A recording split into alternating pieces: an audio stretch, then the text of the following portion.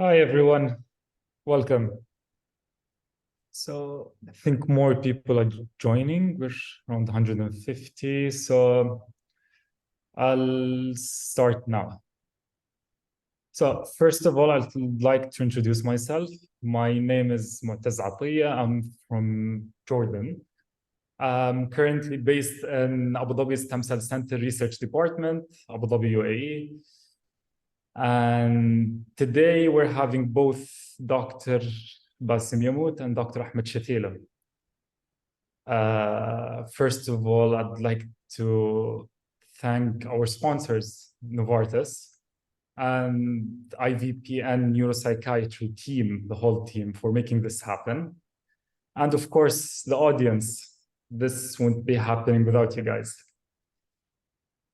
So first of all, I'll introduce you to Dr. Basim Yamut. He'll be talking about B-cell therapies. So Dr. Yamut is currently the director of Neurology Institute and MS Center at Harley Street Medical Center, based in Abu Dhabi, UAE. He received his training in neurology at the University of Cincinnati, Ohio, followed by his fellowship at Montreal Neurological Institute at McGill University. He is currently the head of clinical research at the Multiple Sclerosis Center, president of MENACTRUMS, fellow of the American Academy of Neurology, and member of the MSIF International Scientific Advisory Board. And of course, along with multiple regional and international MS advisory boards. So Dr. Yamut is one of the leading experts on multiple sclerosis in the Middle East, with recent research on epidemiology, quality of life of patients in the Middle East, treatment, novel therapies such as stem cells and venous stenosis, and of course, the impact of wars on MS. In addition, he is currently the principal investigator on several ongoing international MS trials. Dr. Yamut has authored many research and review papers, and he is currently the chief editor of the MS newsletter, MS Today, and he is also on the editorial board of multiple sclerosis and related disorders and pediatric neurology. So, Dr. Yamut, can you hear me?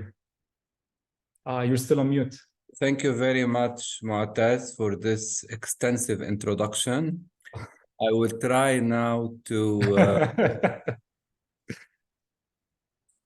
share my screen. Can you see it? Yes, doctor. Yes. Just go Very full mode. Thank you.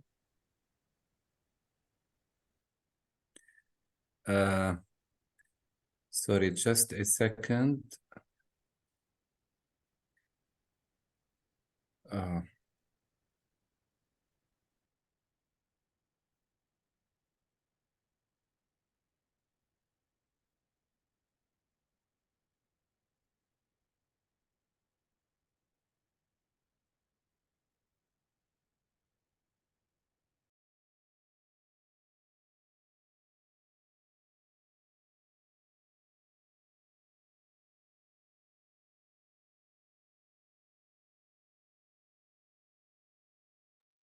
Sorry, a glitch in the laptop, but it's fixed.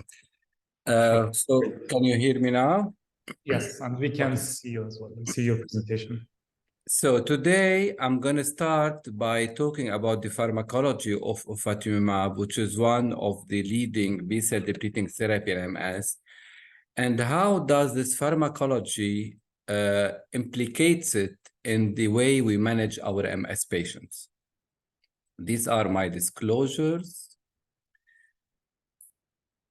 So the monoclonal antibodies have evolved really from rituximab, which was 70% humanized and the rest was murine. It was a chimeric antibody, to ocrelizumab, which was 90% humanized, and finally to ofatumumab, which is 100% human. And this is why the more humanized the monoclonal antibody is, the less the allergic reaction that we can see during infusions or injections. And as you know, our CD20 depleting therapies really do not affect the stem cells and the pro-B cells, and do not affect the plasma cells, which is the end product of the B cell. It will deplete all the cell line lineage that is in between. So you can preserve your initial stem cells, which will have all the memory for vaccination and so on, and can reproduce new B cells. And you preserve your plasma cells, which are needed to fight infections. Now, we have three main B cell depleting therapy, which are rituximab, ofatumumab, and ocrelizumab. And each one of them act on a different part of the CD20 epitope. We can see, for example, ofatumumab that acts on the small loop and the large loop of the CD20, while both rituximab and ocrelizumab act specifically on the small loop. So ocrelizumab and rituximab are closer to each other as far as the way they work with the CD20. Now, let's dig a little bit into the pharmacology. Now, this is from the Asclepius 1 and 2 trials of ofatumumab, and we can see here in the blue line, the B cells that dip quickly with the start of the treatment. And the important thing about this slide is that as soon as you start ofatumumab, we can see within the first week, you have almost 90% depletion of your B cells and almost 100% by week 4. So this is a very fast-acting treatment where you can deplete all your B cell within a week.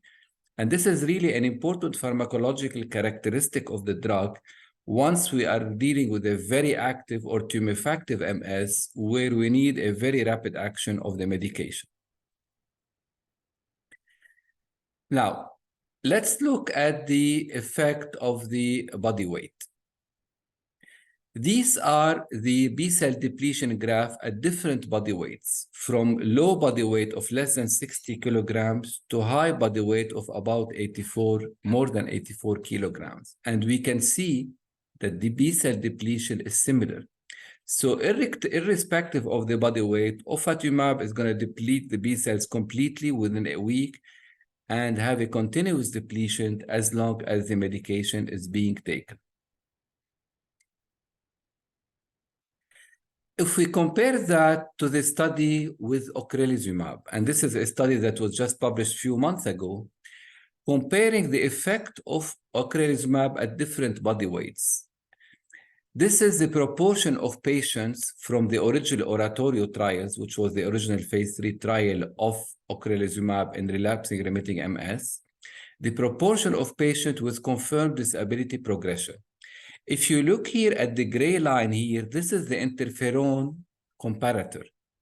And we can see the percentage of patients with disability progression close to maybe 14–15% at the end of the 2 years. And down with the light green are the patients with a very low body mass index, a body mass index of less than 22. And we can see the very high efficacy of ocrelizumab. But as we go with the higher body mass index, so more obese patients, and once we get to the most obese patient with a body mass index above 29, we can see ocrelizumab loses most of its efficacy and is actually close to the interferon graph. The same when we looked at the progressive MS trial of Oratorio, we can see the same thing. Again, in gray here at the top is the line for the placebo, the proportion of patients with disability progression on placebo.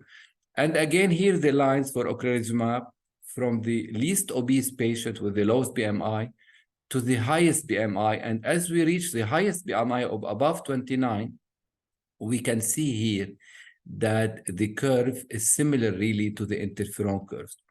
So ocrelizumab with its 6-month interval apparently is affected by body weight. The more obese the patient, probably the quicker the B cell repletion, and therefore we might be losing some of the efficacy before we reach the 6-month infusion. So you have to be careful in these cases with obese patient. Probably I would measure the CD19 at 6 months in those obese patients to make sure that they are doing well and not repleting their B cells. Another pharmacological characteristic of ofatumumab is its effect on lymphocyte. And we can see here over almost 4 years, there is a minimal decrease in the lymphocyte count. The lymphocyte count would decrease by around 10% and stay stable also. And again, the same for the neutrophil. If we look at the gamma globulin, and we know that B-cell depletion might lead to hypogammaglobulinemia. We've seen it, for example, with rituximab, with some infection. But with ofatumumab, if we look, and this data has been recently presented in Milan at the ECTRIMS 2023, just 2 weeks ago. And if we look over 5 years, we can see that the IgG level, we can see it here in blue, is basically stable. And actually 98% of the patient over 5 years did not drop their IgG below the lower limit of normal. And remember, the IgG is the most important correlate with infections, not the IgM or the IgA. So there is very minimal hypogammaglobulinemia, even over 5 years of follow-up. Another important concept in the pharmacology of all B-cell depleting therapies, and something that we are coming with grasp with it recently, is that B-cell depleting therapy are actually immune reconstitution therapy, just like cladribine and alemtuzumab. And the immune reconstitution are with the B cells, not all the lymphocytes. This is the original Hauser trial. And in the original Hauser trial, where they use rituximab, a single injection at time 0, and then they followed the number of GAD-enhancing lesions in the blue line here over almost a year, 48 weeks. And we can see with a single injection, there was complete suppression of GAD-enhancing lesion inflammation up to a year. Although we know that with rituximab, the B cells recover here by 24 weeks, which means there has been an immune reconstitution with a new immune system that is less autoreactive and more autotolerant. So more recent studies have shown that if we look at the B cell subpopulation, this is the total B cells with a single infusion of B cell depleting therapy. And we can see here that by 12 to 18 months, almost 57% of the patients have really completely repleted their B cells. However, if we look at the subpopulation of B cells repleted, these are mostly the CD27 negative naive B cells, not the CD27 positive memory B cells. And those B cells, the memory B cells, are the ones that produce inflammation, while the naive B cells, the CD27 negative naive B cells, are the ones that do not produce inflammation, but are needed for vaccination, vaccine effect, and fighting infection. So this is immune reconstitution. After 1 year, we have a new population of B cells with more naive B cells and less memory B cells. And this is what explains this prolonged efficacy of the B cell depleting therapy beyond the repletion of the B cells. So once your CD19 recovers to normal, it doesn't mean that the B cell depleting therapies have lost their effect.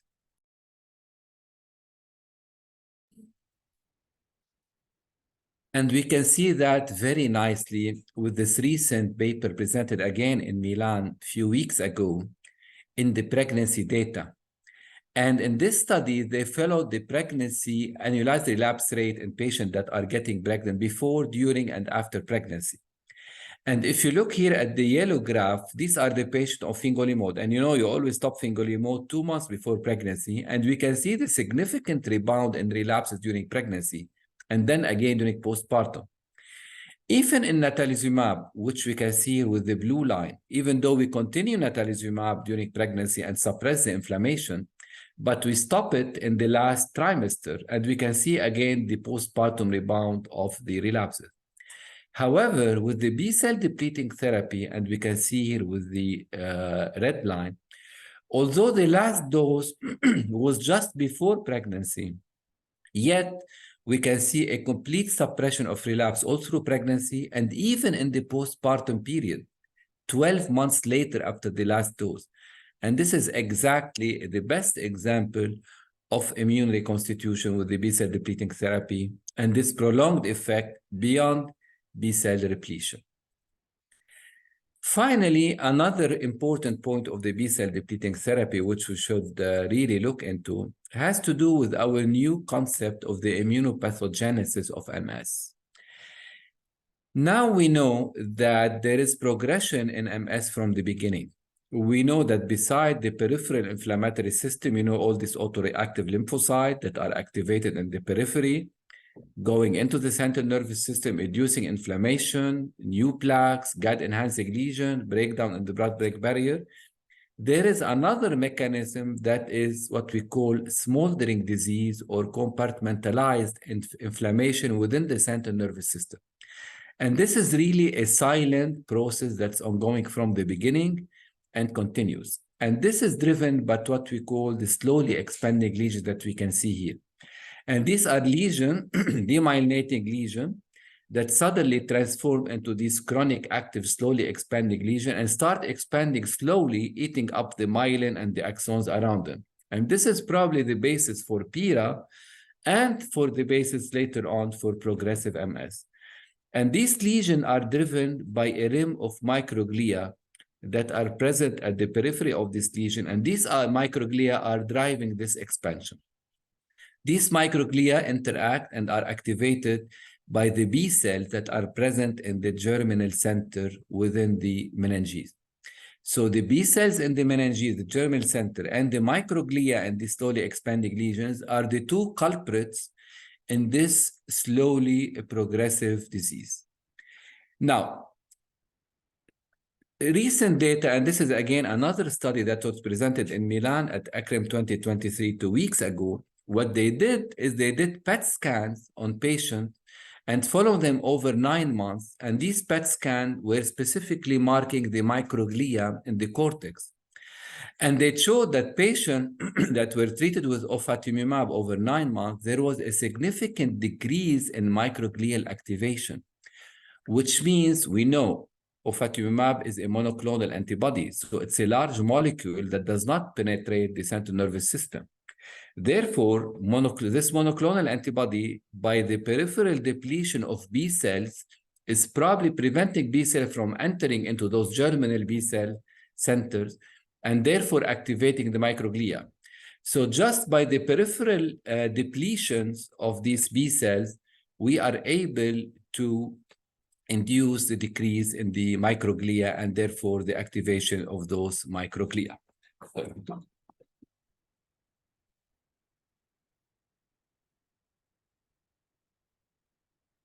Sorry. So another important part of this pharmacology then to keep in mind that a peripheral depletion of the B cell not only will suppress inflammation completely, as we've seen, but might also, by depleting those germinal B cell, maybe affect the smoldering disease, the slowly expanding lesions. And this is going to be important in the future when we're going to approach the issue of PIRA and progressive MS.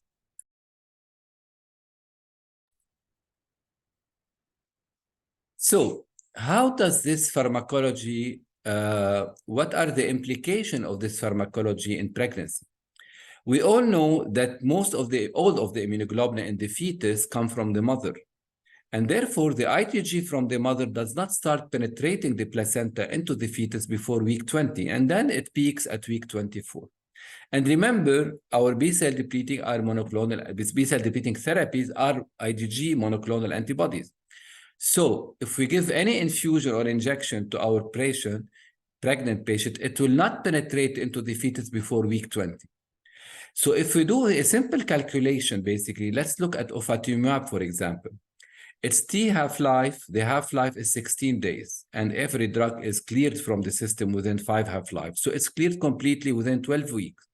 Ocrelizumab within 8 weeks, rituximab within 6 weeks.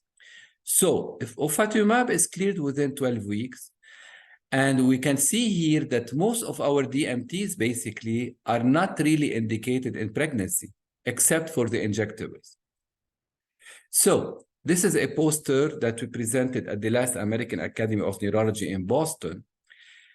Remember, ofatumumab is cleared from the system within 12 weeks. So if the patient gets pregnant here at the red point, 0, and she doesn't know she's pregnant. Usually the patient does not know she's pregnant before week 6 when she misses her period and the urine pregnancy test becomes positive. So let's say she gets pregnant here. She gets her ofatumumab infusion here. And then another one at 4 weeks later. And this is when she knows she's pregnant while taking the medication. So this dose taken at week 6 of pregnancy will be cleared within 12 weeks, as we said. So it will be cleared by week 18 before reaching week 20 of pregnancy, when the monoclonal antibody will go through the fetus. Which means that even if the patient gets pregnant on ofatumumab and she stops it once she knows she's pregnant, none of the medication will reach the fetus. However, it will protect her all through pregnancy and most likely during the postpartum period, as I showed before, due to the immune reconstitution. And this has actually been shown. This is our ofatumumab pregnancy registry, which we also presented during the last American Academy of Neurology. We had a total of 44 pregnancies. Of course, the number is still low, that were exposed to ofatumumab, and there was no evidence of any congenital anomalies or abnormalities. This is the largest B-cell depleting therapy pregnancy registry with ocrelizumab. Again, this data was presented during the last ACTRIMS, and they have now around 431 pregnancies exposed to ofatumumab. And if we look here at the number of major congenital malformation, it's only 2%, which is within the normal for the general population of 2 to 4%. So basically what we're seeing here is that the basic science of the pharmacology of the monoclonal antibody crossing the placenta is being now shown in actual practice, that there is no effect of the monoclonal antibodies on the fetus if there is an early exposure during pregnancy. And on the other hand, this exposure will protect the mother during pregnancy and in the postpartum period. And this new really look at the pharmacology of monoclonal antibody is changing our guidelines, our treatment guideline. This is, for example, the University of San Francisco guideline. And you can see here for rituximab and ocrelizumab, the recommendation is to attempt conception 4 weeks after the last infusion, based on the previous data that I showed you. And more pregnancies now are occurring on disease-modifying therapy. If we look here in the green, in 2006, in green, almost 25% of the patients were getting pregnant on DMTs. And now in 2016, up to 60% are getting pregnant on disease-modifying therapy, which is really improving the outcome of pregnancies in our MS patients, avoiding rebound relapses during pregnancy, and avoiding postpartum relapses. Now, this pharmacology has also implication on breastfeeding, and we know that breastfeeding is extremely important, both for the mother, protecting her from multiple cancers, even from relapses in the postpartum, and for the baby, giving him or her the protection against infection, autoimmune disorders, and so on. And actually, the WHO recommendation is actually exclusive breastfeeding for 6 months and partially breastfeeding up to 2 years of age. So it's really very detrimental for the mother and the fetus if we deprive them from breastfeeding. However, the problem is always, if I breastfeed my baby, will I pass the medication through the breast milk and affect the baby? And if I breastfeed him without taking my medication, will I be prone to have postpartum relapses? So this was always the balance. But nowadays, I think we have a new approach. If you look at the SMPC, you cannot breastfeed with any medication, any DMT, except the injectable. And interestingly enough, the only monoclonal antibody with an actual label to breastfeed is ofatumumab, probably because it's a subcutaneous infusion, subcutaneous injection, not an IV infusion.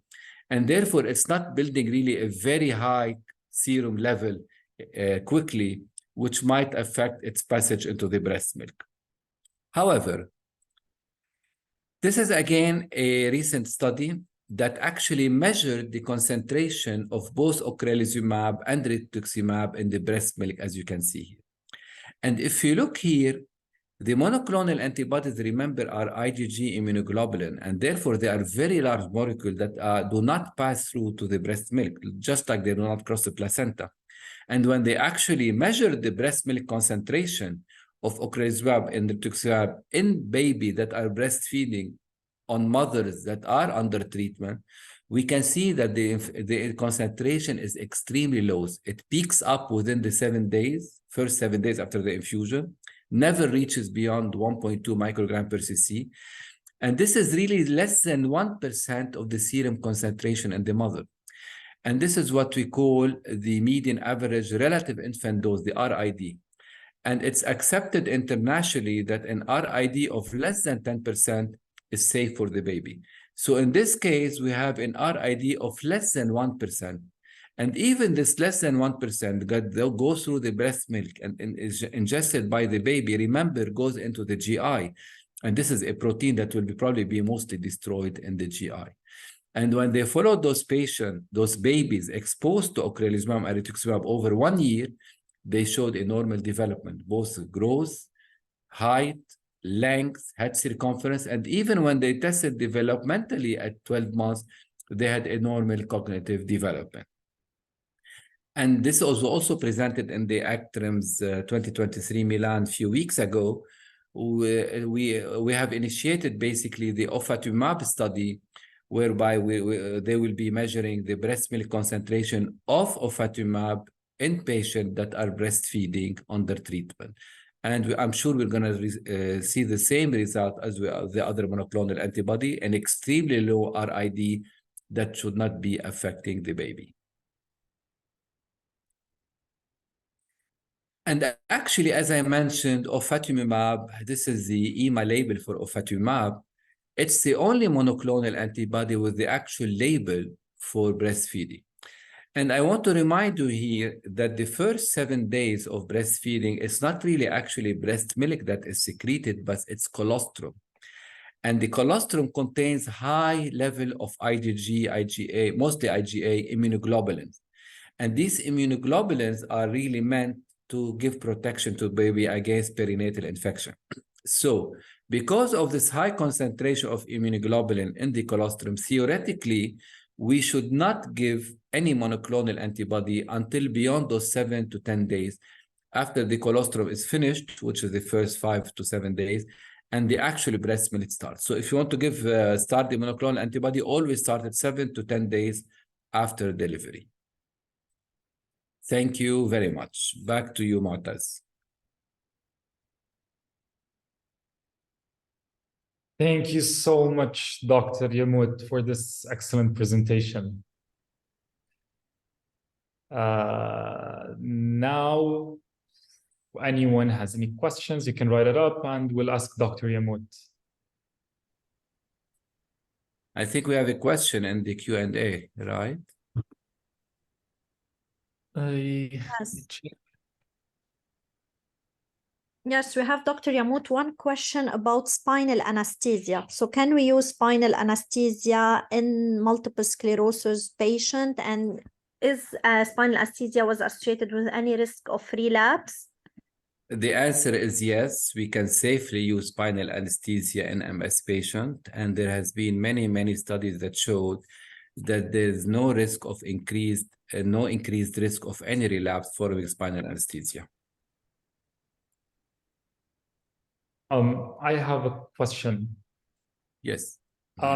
Since we're almost done with COVID, but how severe would it be for a patient using ofatumumab to get COVID-19? Yeah.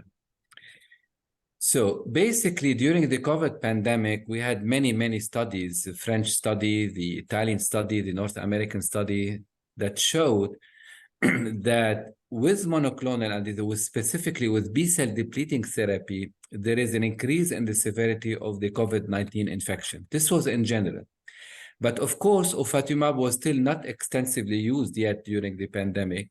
But the data that we looked at from ofatumumab, because most of this data showing the increased severity was mainly ocrelizumab and rituximab, the data we looked at from ofatumumab, the limited data that we've seen, did not show a significant increase in the severity of the COVID-19 infection with ofatumumab. But of course, we need to look at more data. course. Dr. Yamut, I have a question too.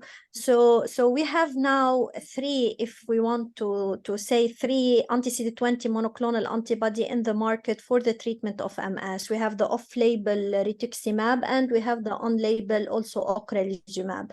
So do these monoclonal antibodies differ in terms of mechanism of action? You talked about the humanized and the epitope thing with ofatumumab, but will this be reflected in the efficacy? Now, I don't think there is a difference in efficacy from experience between those monoclonal antibodies. And the only thing that would be different as far as efficacy, the new factor is really the issue of the body weight. And now with this new data from earlier this year, showing that the every 6 months infusions can be affected by a high BMI, high body weight, probably causing an earlier repletion of the B cell.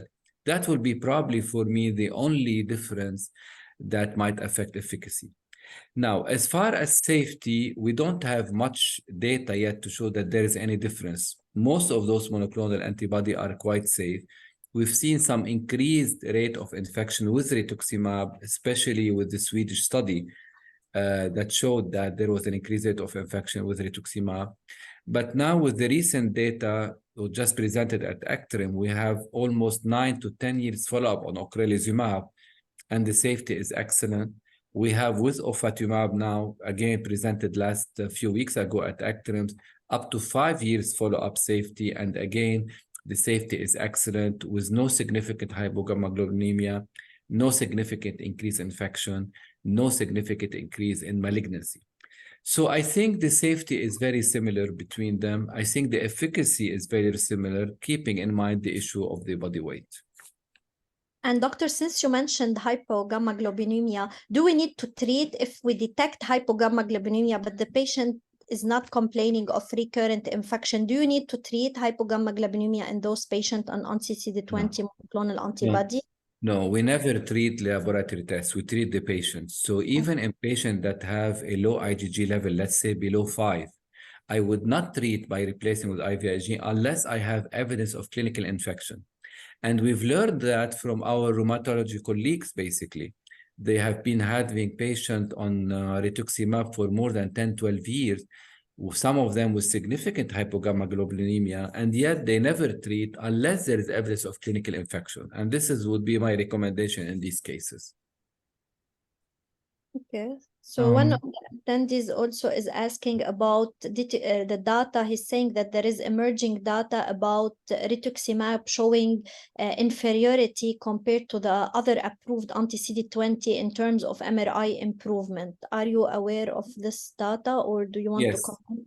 Yes, this was really a single study. I'm aware of it. This is a single study. We have many other studies that show that the efficacy is similar.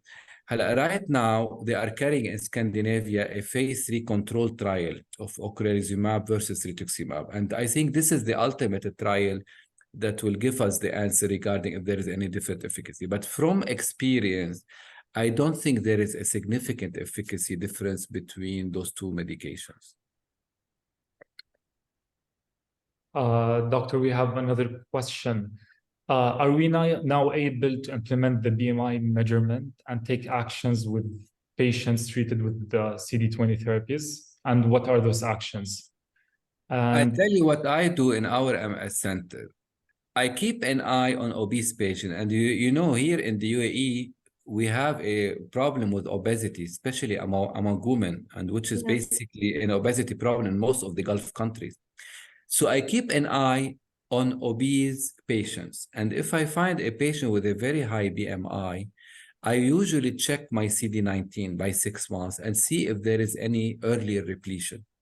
And if there is any early repletion, then yes, I would probably take action by probably maybe even shortening the period. We haven't had a significant effect until now. The other issue with the BMI, you have to keep in mind the issue of the immune reconstitution, that even if your CD19 do recover, you might still have a persistent effect of the anti-CD20, whatever it is, because of the immune reconstitution. And these repleted B cells might be mostly actually naive B cell, not memory B cell. So we don't really have a definite answer yet about how to approach the issue of the BMI, especially with the concept of immune reconstitution. But I would definitely, in very obese patients, check my CD19 just to be aware of how early they are depleting their B cells. And doctor, since you mentioned the monitoring CD19 level, one of the attendees is asking, do you do a baseline CD19 before starting anti-CD20 on your patient? No, not usually, unless the patient was on previous immunosuppressant or a certain lymphocytic depleting therapy, but no, we don't usually. And Dr. Rumaiza, hello, Dr. Rumaiza from Saudi Arabia is asking you regarding smoldering lesion. Is there any specific MRI images to follow up on these smoldering lesions? Yes, there is. And we're having now more and more emerging data about how to look at those smoldering lesions. And there are two types that we can see on MRI. The first type, which is the easier to detect, are what we call the paramagnetic rim lesions. These microglia that I showed you in the cartoon, the microglia rim around these lesions that are expanding, are actually iron-laden. They are full of iron. And as you know, iron is paramagnetic. So any basically metal is paramagnetic, calcium, iron on the MRI. So it will show as a hypointense rim. And if you look at those lesions on SWI, this SWI sequences, which is the susceptibility weighting imaging, on SWI, which usually show, blood, the hemoglobin, and the blood vessel, you can see clearly this paramagnetic rim around this lesion. I have slides showing these, but they were not part of our presentation. So that's the thing you can see. And these paramagnetic rim lesions have been correlated with the risk of going into SPMS and with the risk of progressive disability, because they are really at the basis of the smoldering progressive disability. The second lesion are the slowly expanding lesion. And these are really a little bit more difficult to detect because they expand very slowly over years. So to detect those, usually we detect them on a regular T2 image or flare. You really have to have most likely your computer software like the Sienna software or other that actually measures the surrounding, the contour of this lesion and can compare them over every 6 to 12 months to show the slow expansion. Of course, if you have MRI over 2 to 3 years difference, sometimes by simply looking at it just by an eye view, you can detect that these are slowly expanding lesions. So these are probably the two radiological biomarkers for smoldering disease that we are looking at right now, and will probably be more and more important as outcomes in the future PIRA and progressive MS DMT trials. But what I would suggest now, Rumaiza, at this level is ask your MRI technologist to produce an SWI sequence for every patient with MS, especially if you have 3 Tesla, but you can even detect at 1.5 Tesla MRI, and look at those paramagnetic lesions. I'm sure you're going to be able to identify them. And Dr. Yamut, we have two final questions. From your experience, what are the common side effects that you encounter in your clinic with anti-CD20 monoclonal antibodies? I remember when we were at the American University of Beirut MS Center, we looked at our data with almost 200 patients with B-cell depleting therapy, and we only had one major complication, a major infection. The same experience is now seen with ocrelizumab and ofatumumab. And as I mentioned, we already have 10 years safety follow-up with ocrelizumab, which is a very long-term safety follow-up for any DMT, and 5 years follow-up with ofatumumab. And we haven't seen any really serious signal, neither serious infection, nor PML, nor opportunistic infection, no significant malignancy. So I don't see any major serious side effect with the prolonged use of this B-cell depleting therapy so far. And the final question, doctor, is related to the use of ofatumumab in progressive MS. So we have data about the efficacy of ocrelizumab in primary progressive MS. Can we extrapolate this data to use it, to use ofatumumab not only in RRMS but also in progressive MS, especially those patients who don't want to come frequently to the hospital to take their infusions and prefer to take subcutaneous injections? Yes, I don't think there is a difference as far as the mechanism of action between the different B-cell depleting therapy. We're achieving this B-cell depletion quickly, maintaining it for a very prolonged time. As I showed in the PET scan study here, that indirectly depleting the peripheral B cells is probably depleting these germinal B cell centers in the meninges, which are activating the progressive process. So if we are able to do it with rituximab and with ocrelizumab, I think the mechanism of action is going to be similar with ofatumumab. The only thing that we have to be careful about is that most of the data that has shown the effect of B-cell depleting therapies in progressive MS has basically shown it in this very subgroup of active progressive MS.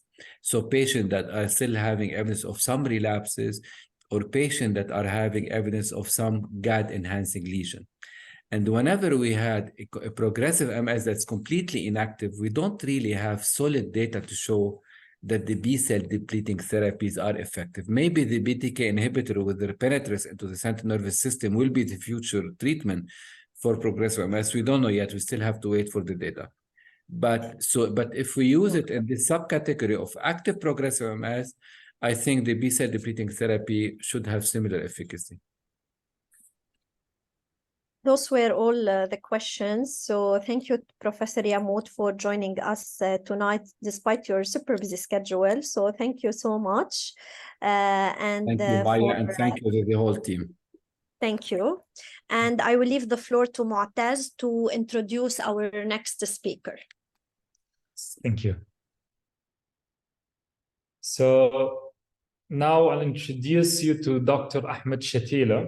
He'll be talking about the efficacy, safety, tolerability of ofatumumab in relapsing MS.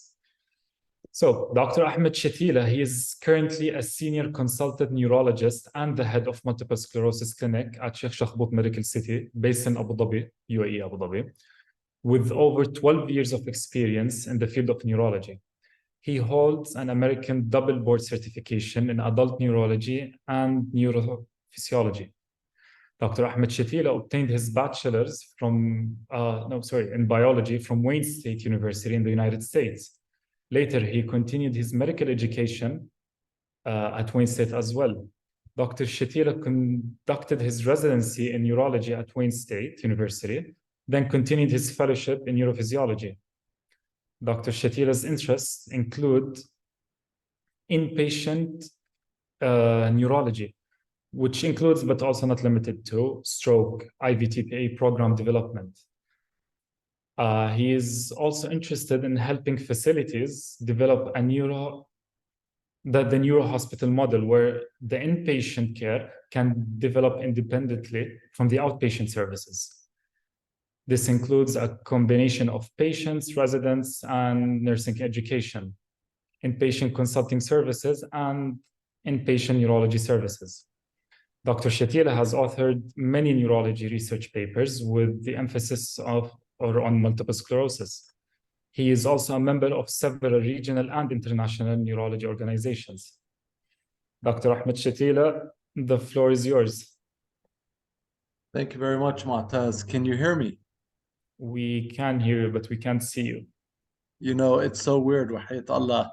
My camera decided to die or something on my computer. It was working a minute ago, and now it just decided to stop working during Bassem's presentations. Yeah, it's fine, doctor. Fine. But we can hear you very well, and we can see your slides. You can go ahead.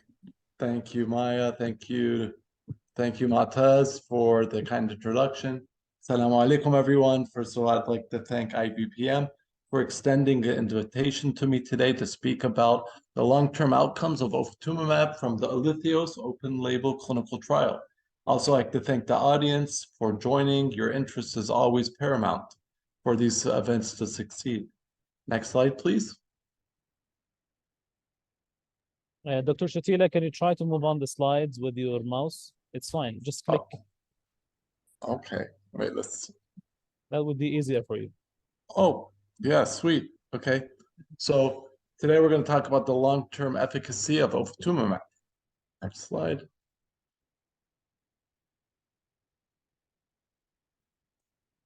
It's not always working. Okay. So relapsing. So this presentation is going to be based on the clinical trial by Ludwig Kappos, the relapsing MS patients, insights from the Alithio's open label extension trial. So a little bit of background about ofatumumab. Dr. Bassem Mahmoud gave us an excellent presentation talking to us about CD20s, the different CD20 medications that we have on the market.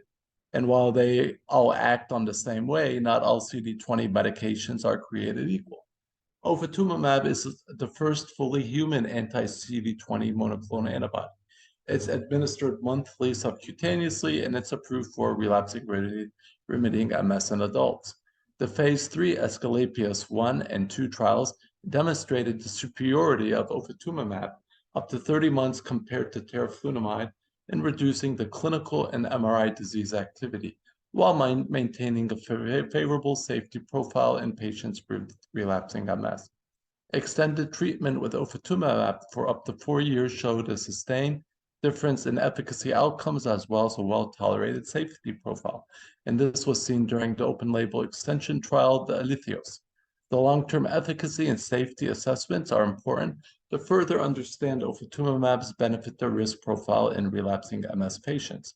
So we're going to assess the long-term efficacy of ofatumumab treatments for up to 5 years in patients with relapsing remitting MS in the ongoing Alithio's open label extension study. So let's first get a little background of how exactly is this study organized. So we have first the two main trials, the Asclepius 1 and the Asclepius 2. Those were the phase 3 clinical trials in which you compared ofatumumab to active competitor teriflunomide. This was a double-blind, double-dummy, always say double-blind, double-dummy trial in which you had 946 ofatumumab patients to 936 teriflunomide patients. They were treated for around 2 years, up to 30 months in the main trial. After the trial was completed, everybody on ofatumumab continued on ofatumumab. Everyone on teriflunomide was given the option to switch to ofatumumab. So if you look at this, the extension trial, this is now up to 5 years. So you have 2 years for the clinical trial, and you have 5 years extension. We're only on year 3 now. So when you look at how many people carried over from the clinical trial to the extension, you have a very good number of follow-ups or crossover. 73% of people in ofatumumab continued, and 72% of the people in the teriflunomide decided to go into the open label extension. So that tells you a lot about the efficacy and the safety of the drug, that most people that started the medication wish to continue, and the people that weren't on the medication wanted to start the medication. Okay? And until now, we have 84% of people that are still receiving the medication. And that tells you sustained efficacy, but as well as sustained convenience. So what are we looking for by year? We're looking at the annualized relapse rates. We're looking at brain MRI outcomes, which is looking at the mean number of gadolinium plus T1 lesions per scan. We're also looking at the number of new or enlarging T2 lesions per year. And finally, we're looking at NIDA, no evidence of disease activity, the third one, not the fourth one, because that's brain atrophy.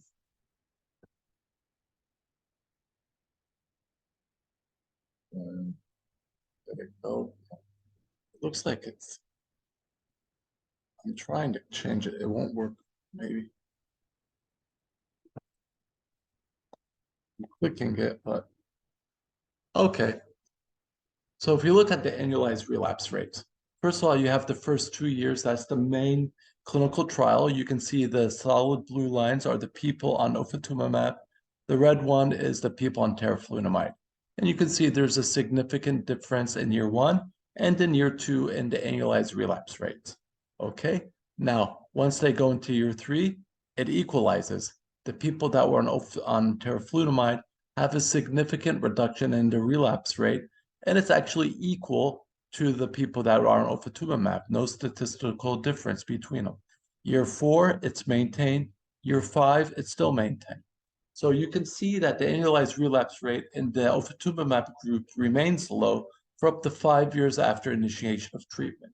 What's the average annualized relapse rate for someone on ofatumumab? It's 1 every 10 years. So people that are on ofatumumab have about 1 relapse every 10 years, versus the people that were on teriflunomide were having a relapse about every 4 years. Okay, so let me just make sure timing. Okay, and people that got switched from teriflunomide to ofatumumab had a pronounced reduction in their annualized relapse rate. As you can see, the mixed colored curve, the red and blue, basically goes down to the equally similar curve or the equally similar bar graph of the ofatumumab treated group. Let's try to press that again. Now, thank you. It looks like, Hassan, looks like you'll have to press it because it's not working on my side, but thank you very much. So if we look now, if we go to the second aspect, MRI lesion activity, which is looking at GAD plus T1 lesions and new or enlarging T2 lesions. As you can see, in the first year, the people on ofatumumab had almost complete suppression of GAD and T1 lesions. The teriflunomide groups, not so lucky. Year 2, you still see it. It's almost complete suppression of any active disease. Year 3, year 4, year 5, it's maintained. But what's important is that you look at the teriflunomide group. Once they switch from teriflunomide to ofatumumab, there's a significant reduction. And year 4, it gets a little better. Year 5, it continues. Now you may ask yourself, well, people on ofatumumab in year 3, why is it still high? Not all the patients in year 3 are all taking ofatumumab. You still have some crossover of some people still on teriflunomide, so that's why it's still higher than year 4, year 5. But once everybody in the teriflunomide group switches to ofatumumab, you see it's identical to the ofatumumab group, and that is not significant difference. You look at the new enlarging T2 lesions, same story. You have almost complete suppression of any new or enlarging T2 lesions in the ofatumumab group, and the teriflunomide group, they don't do as well, but once they're switched, there's a significant reduction, and by year 4, year 5, you can't tell the difference of who's getting teriflunomide initially and who's getting ofatumumab. Both groups are doing good since everyone now is on ofatumumab. So what does this tell you? This tells you that continuous ofatumumab maintained a profound suppression on MRI lesion activity for up to 5 years. Switching from teriflunomide to ofatumumab led to a rapid suppression of MRI lesions to match the continuous ofatumumab group. Next slide.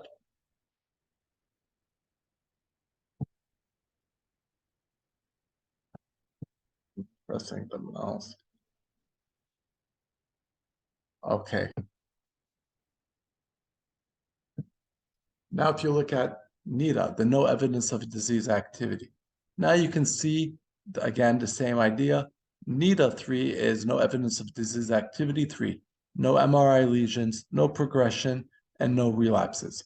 Now, you'll notice in year 1, there's a significant difference between the two groups, is 48%. By year 2, it's 80%. Year 3, year 4, year 5, you're almost in the 90%. And by the 5th year, it's almost 93, 94%. The teriflunomide group, it's definitely lower and is significantly lower. Once they're switched, they do just as well. Now, you'll notice one thing, though, in the ofatumumab group, the first year is 48%. You may ask yourself, well, why is it 48% in the first year, and the second year it's 80%? The reason why is there was no rebaselining of the MRI. So you had some carryover lesions prior to ofatumumab, and as a result, if you have one lesion on your MRI, you'll no longer need it. And the second year, they were rebaselined. So now once you rebaselined everybody, the NIDA rates went up higher, and it continued.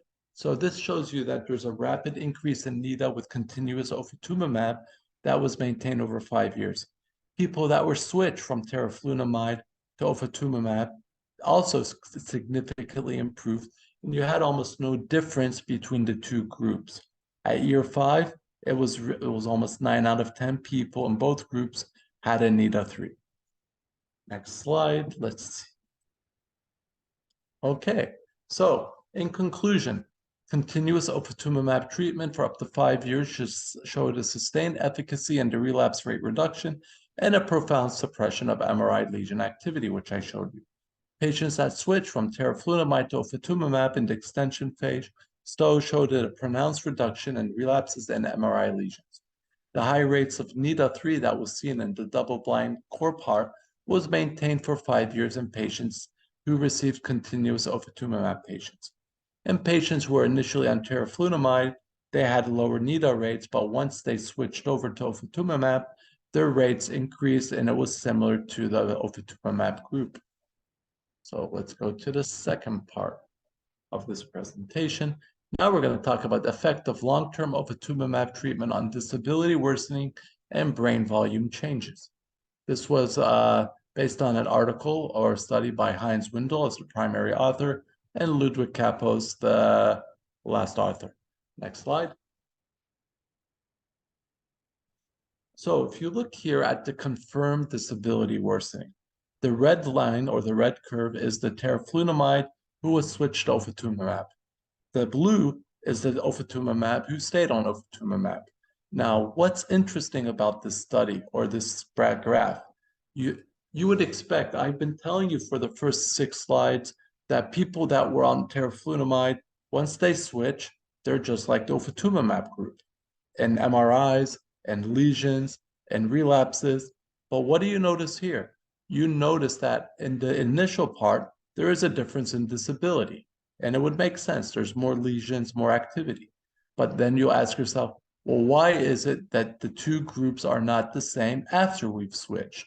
You can see the people in teriflunomide group had a 21% rate, a 21% risk of disability, 6-month confirmed disability, versus the people on the ofatumumab group. And so there was a difference. And why is there a difference? What's the reason that you can account? Even though you started them and you switch, the people that got started earlier did better than the people that started later. So yes, one of the reasons why that you can equate the difference, even though you suppressed everything after they switch, what you get, we do know that the lesion load, the amount of disability, the amount of relapses, the amount of inflammation you get before, that's all lost neurons. That's all time that you have been killing neurons, increasing your disability. So what this shows you is actually it's important that you need to start treatment earlier. You need to be aggressive earlier, because once you lose it, you don't get it back. And even if you do start a high efficacy treatment later, you never do as well as the people that started earlier. Next slide. If you look at this one, there was fewer disability events over 5 years with early switch and ofatumumab. So you look here, you have 4 different bar graphs for 2 different studies. You've got the ofatumumab group who stayed on ofatumumab. You've got the teriflunomide who switched ofatumumab. As you can notice, now in each bar graph, you have 4 colors. That's like what, a purple or a black? That is the 6-month confirmed disability worsening. 17.7% in the ofatumumab group, almost 20%, 21% in the teriflunomide.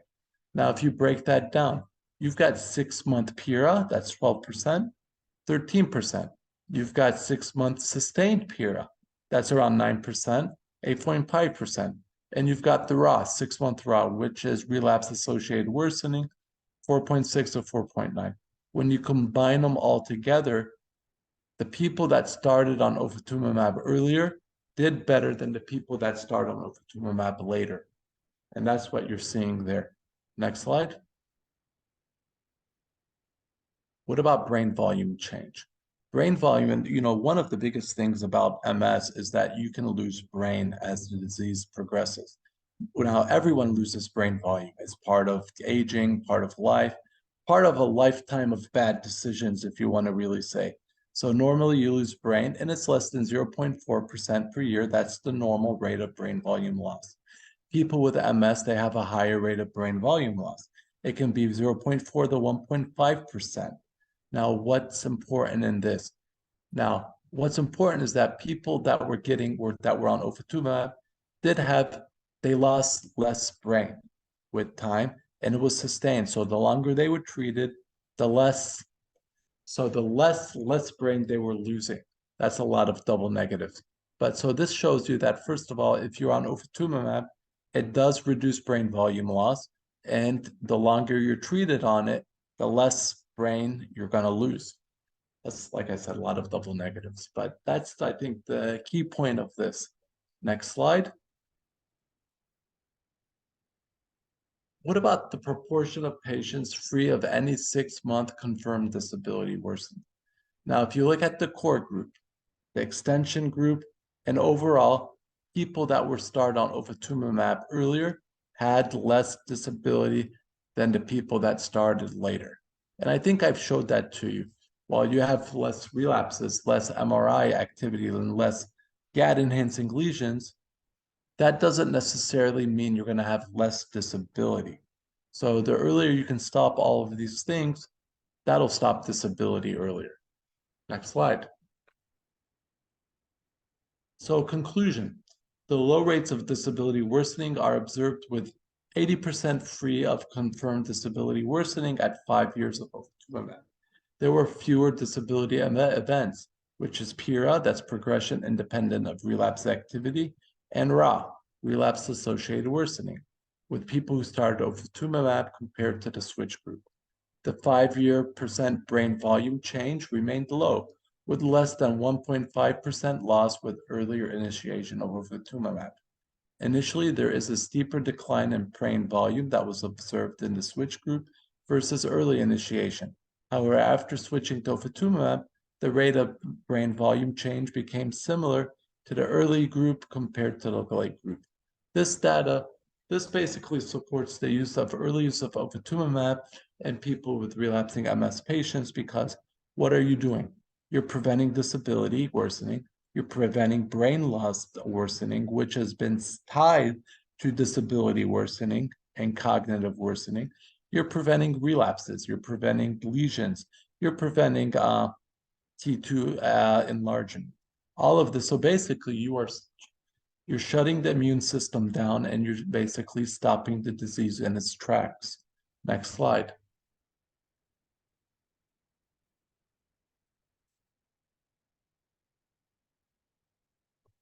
Next slide. It's not.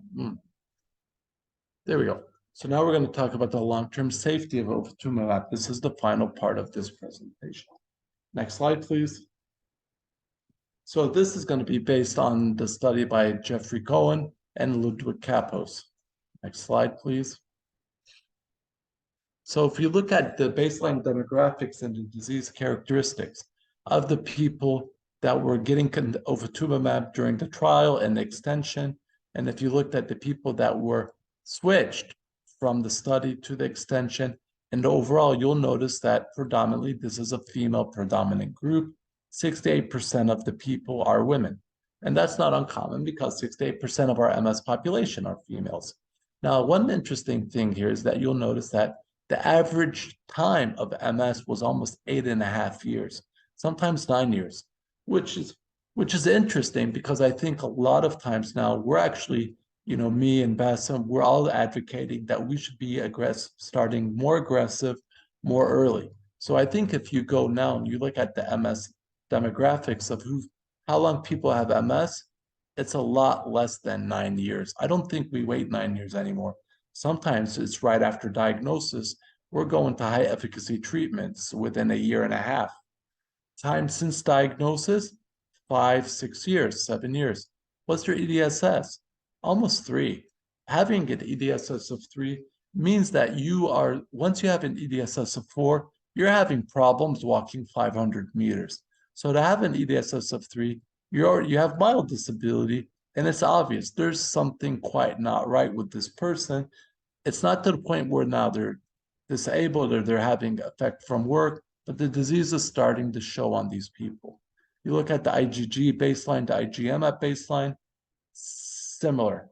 So let's follow up and see the next part of the presentation. If you look at the safety profile of the people getting ofatumumab, it was consistent over 5 years, whether it's on the estimated adverse incident rate in the teriflunomide or in the ofatumumab group. You'll notice there was no increase in any injections, any serious infections, no increase in malignancy, no serious infections. There was an increase in injection site reactions, which is expected because it's an injection. But really, there was nothing really serious about the people getting ofatumumab early. Next slide.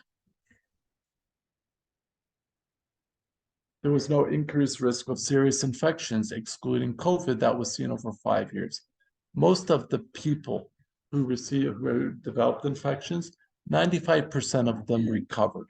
If you look at what type of infections, the majority of them were grade 3 infections. Very few people had grade 4. So the overall estimated annualized incidence rate of infections taking out COVID was really low, and it appeared to be consistent over the next 5 years. Next slide. Now, Dr. Bassam spoke about the immunoglobulin levels. We do worry that long-term use of B-cell depleting therapies may cause a decrease in your immunoglobulins, because at the end of the day, B cells are what makes your immunoglobulins. But what you'll notice here, people that received ofatumumab for almost 5 years now, their IgG levels remained stable. You look at the IgM levels, there is a decrease over time, but it still remains above the lower limit of normal. So the majority of patients had normal IgG levels. Treatment interruption discontinuation was reported in 0.2% of patients with low IgG. And that was really it. Sensitivity analysis confirmed that interruption of ofatumumab due to low IgG did not impact the overall IgG-IgM pattern. And there was no association between a decreased immunoglobulin level and the risk of serious infections. And that's actually something I've seen even in my own clinic. We currently have around 50 patients that are on ofatumumab. Keep your eyes out this year to the 8th Immunectome Congress. I have a poster talking about our experience with ofatumumab, and we are presenting around 42 patients. And actually, out of the 42 patients, one person had a low IgM level, and one person had a high IgG level. But both were non-significant, no infections, and the remaining had no difference. So it really does equate to real-life practice. What you see in the studies actually does correspond to what we see in real life. Next slide. There was no, as I said, there was no association between the decreased IgG-IgM levels and the risk of serious infections. Whether if your IgG levels were low or they were high or overall, there was no difference whether it was herpes, URIs, UTIs, COVID, bronchitis, pneumonia. There was no association, so there's no red flags of taking long-term ofatumumab or taking this B-cell depleting agent with increased risk of infections. Next slide. Another thing, we used to worry about PML and JC virus with Tysabri, and now actually the big thing that we tend to worry about is now malignancies with some of these immunosuppressants or high efficacy treatments. The good news is there does not appear to be any increased risk of malignancy over time. The estimated risk of malignancy did not increase over time in ofatumumab, and the accumulated malignancies were reported in 21 patients, 1%. But the good news about that, there was no specific type of malignancy. People, unfortunately, do get cancer as they age, and people who have MS will get cancer as they age as well. Having MS is not protective, but what you want to be careful about, there was no red flags. There didn't appear any clumping of any specific type of malignancy for the people receiving ofatumumab. Next slide. Lymphocytes and neutrophils, they remain stable. That's important. Your lymphocytes now, we have 216 weeks, no difference. Neutrophils remain good as well. And what does that tell you? That tells you that while you do affect your B cells, you're not affecting all your lymphocytes. You're only affecting a small proportion of your lymphocytes, and those are your B cells. And that's why, while they are lymphocytes, they're not all your lymphocytes. You have other lymphocytes still picking up the slack and doing their job. The neutrophils are important. They're like your first line they're your first line agents for your immune system, and they remain well above the lower limit of normal. Next slide. So in conclusion, extended treatment with ofatumumab for up to 5 years is well tolerated in people with relapsing MS, and there were no new or increased safety risk identified. The estimated annualized incident rates of adverse events and serious adverse events, it remained consistent with observations in the double-blinded phase 3 Escalapus 1 and 2 trials. The estimated annualized incident rates of serious infections remained stable, and there was no increased risk over 5 years. The IgG levels remained stable, as I told you, and while the IgM levels did decrease, they were well above the lower limit of normal, and there was no association with their IgG levels and risk of serious infections. So that's important to keep in mind. And most reported cases of COVID-19 were non-serious, and the majority of patients recovered. And as I explained to you, there is no increased risk of malignancy up to 5 years. So I think what you can take is, combined with its sustained efficacy, these findings support the favorable benefit risk profile for ofatumumab in relapsing MS patients. Next slide. Thank you all very much. And I think now we can open the floor to questions. Man, I wish my camera was working. You know, it just stopped all of a sudden.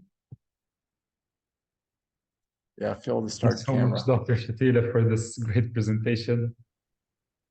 Thank you, Mataz. So we have a couple of questions. So Dr. Rumeza asks, who are the selected MS patients for ofatumumab from your experience? Who are the selected MS patients for ofatumumab? You know, well, first of all, Dr. Rumeza, thank you very much for the question. Honestly, I think now there's a big switch among MS specialists that, you know, we want to flip the pyramid. That is our goal. Traditionally, we used to start with low efficacy treatments, and you take it, you fail it, you go up, you fail it. And the high efficacy treatments were like the last line. Now it's completely different. Now we start with high efficacy treatments early.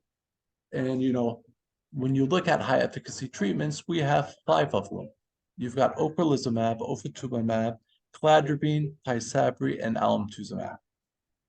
Given the fact that this is a very young population, given the fact that pregnancy is important, given the fact that breastfeeding is important, given the fact that you don't need steroids, ofatumumab is becoming more and more popular as a first-line agent.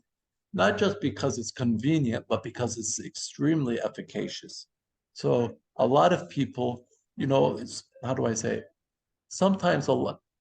So for me, I do like B cells, and the B cells are predominantly my first-line treatment options. And, you know, you've got ocrelizumab twice a year, very appealing. Ofatumumab is once a month, very convenient. Efficacy-wise, they're very similar. I wouldn't say that one is better than the other. But some people don't like steroids. They'll tell you, I don't want steroids. So, you know, ofatumumab is a great option for them. Some people don't want to go to the hospital. They like to be active and keep working. Ofatumumab gives them that. Even if it's twice a year, that's twice too many days that they would rather have. So that's how I think about it. I hope that helps answer your question. Thank you, Doctor. Another question from Dr. Rumeza as well. In naive, acute, aggressive MS patients, would ofatumumab be a choice or a preference to infusions, or like what would be your action in this case? What sort of action would you take? Well, that's a very good question. I mean, first of all, I have used ofatumumab. I use it a lot for naive patients with the idea that we start aggressive, start early. So naive patients with MS, aggressive MS, moderate MS, And if you actually look at the new 2023 Munectrum guidelines, and if you wait up very soon, we're going to have, inshallah, the National MS Society guidelines. They also use ofatumumab as a first-line option, or the CD20 medications. So would I use it? Yes, I use it, and I do use it. The difference between sub-Q and infusion, you know, I don't know. I don't think you can say one is faster. We know they both work very fast, very effective. Infusions work instantaneously, I guess, if you want to call it, but we know the injection with ofatumumab, within 1 week, you already have depletion of your B cells. So I hope that helps a little bit.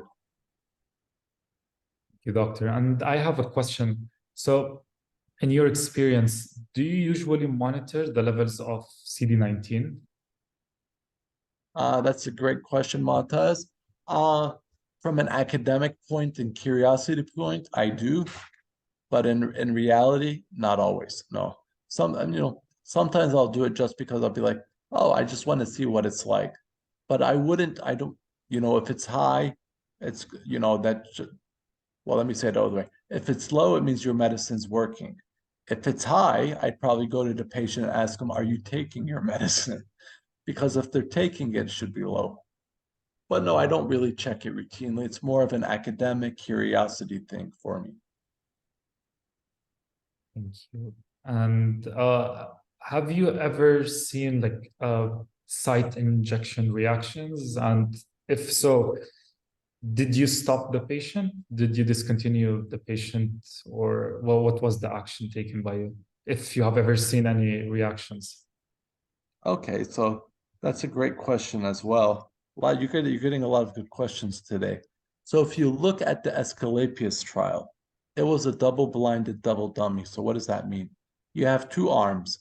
One arm was getting teriflunomide and placebo injection. The other arm was getting ofatumumab and placebo teriflunomide. And what's interesting is injection site reaction was common in the ofatumumab group, right? But it was actually common in the teriflunomide group as well. And by the second month or the second injection, you had more teriflunomide people getting placebo injections. They had a higher rate of infusion reactions than the people getting active drug. By the third week, it becomes extremely low and negligible. So yes, do I usually stop it? No. I usually tell the person you may get a small rash, but it's nothing significant and you'll be just fine. Thank you. And we have a question from Dr. Abul Fazil. Is there any long-term comparison among all three monoclonal antibodies? Active, no. To my knowledge, there's no study looking at the efficacy. You may find some open real-world studies through MS space, but any large clinical trials looking at rituximab versus ocrelizumab versus ofatumumab, no, I don't know of any. So no trials for the long term. No, we know that each drug is effective in its own, but are you going to see any trial showing that this drug is more effective than that drug? You got to keep in mind that rituximab or Mabthera is made by Roche and ocrelizumab is made by Roche. So it wouldn't make, why would one company make a study to show that it's the same drug? It does. It's a lot of money and it wouldn't, I don't know what you would try to prove. Yeah. And for naive patients, would you use ofatumumab as a first-line therapy? Yes, I use it and I routinely use ofatumumab as a first-line therapy. And it goes back to the idea that we want to flip the pyramid. The idea of starting with a low efficacy and titrating upwards just doesn't make sense in this day and age.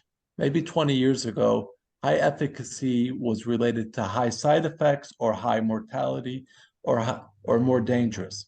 That's not the same as in this day and age as in the past. High efficacy does not mean more side effects. We have a very long-term safety profile. If you look at the B-cell therapies, rituximab came out in 97. We have almost 25 years of data on that B-cell therapy. And our rheumatologic colleagues, they've been using it forever, and we're using it. And so we know a lot, and we don't see that these are dangerous drugs. So the question is, why wouldn't you want to give it? Why do you want to wait for the disease to make your patient wheelchair bound or bed bound and say, oh, I wish I started a little bit more stronger earlier? Yeah. What's done is done. Thank you, Dr. Shatila. I think Any other? Yeah, I think that's where all the questions for tonight. So thank you, Dr. Shatila, for joining us tonight. It's always a pleasure and honor to have you and to listen to your experience and the expertise in the field of multiple sclerosis. And looking forward to see you very soon in the Menactrums Congress happening next month in Abu Dhabi. And also allow me to thank our amazing moderator, Dr. Mu'taz Atiyeh. So thank you for moderating the session beautifully tonight. So Mu'taz is our clinical research coordinator, and he has a long experience in research in the multiple sclerosis field. So thank you, Mu'taz, for being with us tonight. Also allow me to thank our attendees, which were numerous tonight and stayed with us until the end of this educational activity. And the big thank you goes to definitely to our sponsor, Novartis. So thank you, Novartis team and Novartis, for sponsoring such educational I would like to thank my wife for all her love and support, which will allow us to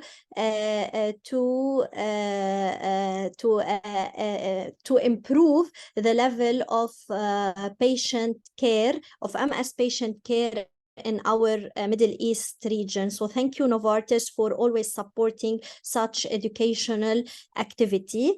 At the end of the webinar, I would like to remind also our attendees that they will receive their certificate of attendance by email within 1 week. And this webinar is CME accredited by Mohab. And you will receive your certificate by email within 1 week or 10 days from today. If you missed any part of this webinar and you would like to revisit the lecture, you can always have access to these presentations by visiting our IVPN library, where we post the recordings for all our educational activity. This webinar and all other webinars, you can visit them free of charge. And don't forget to follow us on our social media platforms, mainly our LinkedIn page, to know about all our upcoming educational activity. And our next activity will discuss migraine. So stay tuned, as all the details will be posted on our social media page. With this, I will end this webinar. Thank you, everybody. Thank you for the organizing team of the IVPN Neuropsychiatry, especially Dr. Hussam Samad, for supporting us in making all these educational activities successful. Thank you, everybody. And until I meet you again, stay safe and have a good night. Good night, everyone. Thank you all. Bye. Bye. Bye.